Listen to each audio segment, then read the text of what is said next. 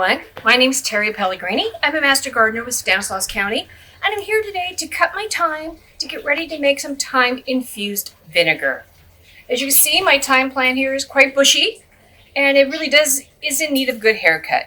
One of the things to remember about cutting your thyme is that it's really simple. You just need to get in there and see all the leftovers, all the big top stuff here. Just go ahead and you just give it a good grab, a few snips, and there you go. And just keep cutting your thyme until you have enough for your infused vinegar. You can do dry your thyme. There's lots of things you can do with it. Biggest thing again is don't be afraid to get in there and just trim the thyme. These are very hardy plants. They're perennials. They'll last for years. And the more you trim them, the happier they seem to be. So go ahead and give your thyme a good trim. And then we'll go in just a moment and we'll go ahead and get our infused vinegar done. Welcome back. We're getting ready now to make our infused vinegar. What you're going to need is you need a nice empty quart jar with a lid, your thyme that we picked, and also some vinegar. I like to use white wine vinegar, but you can use apple cider, regular white distilled. Any kind of vinegar will actually work very well.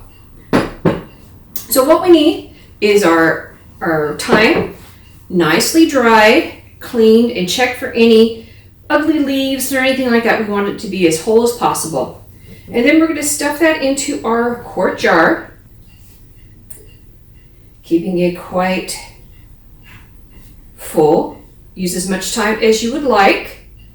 I like to use quite a bit of thyme because if I have it, I might as well use it. And then you're going to take your vinegar and you want to pour it in to completely cover your leaves.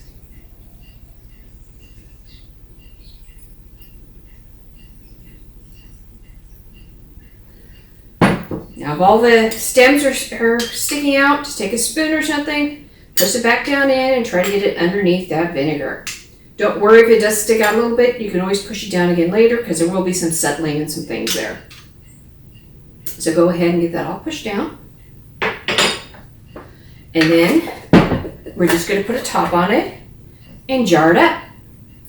Now this will sit for at least a week. I like to do it about 2 weeks, giving it a little bit of a shake every day or so. And again, making sure that those stems and the plant matter is all underneath the vinegar.